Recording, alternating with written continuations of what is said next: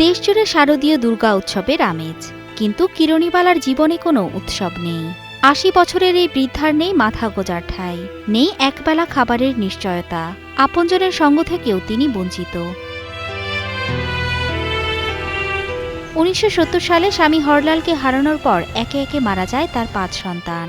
জীবনের শেষ প্রান্তে দাঁড়িয়ে তিনি এখন নিঃসঙ্গ, ঠাঁই হয়েছে খোলা আকাশের নিচে।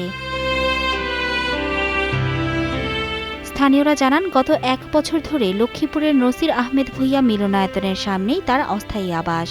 পথচারীদের সামান্য দানেই তার জীবন চলছে। মহিলাটা মাঝে মাঝে আগে থেকে অনেক আগে থেকে আসে এখানে। এই আগে দেখতাম যে আসে আবার এক সপ্তাহ পরে দেখতাম না, আমরা কিছু দিলে খাইতো বা কিছু না দিলে খাইতো না। আমরা দোকানদার বা সবাই মিলে তারে কিছু সহযোগিতা করি এবং ওনার কেউ নাই।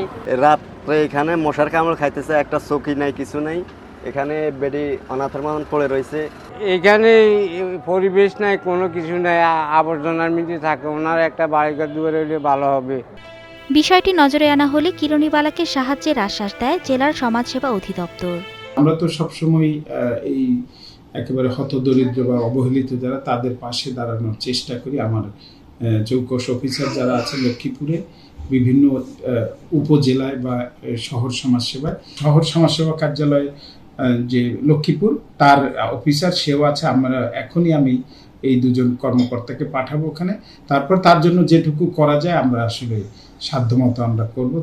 স্থানীয় প্রশাসন ও সমাজের বিত্তবানরা এগিয়ে এলে একটি নিরাপদ আশ্রয় ও কিছুটা স্বস্তি পাবেন এই অসহায় বৃদ্ধা। Desk report, star news.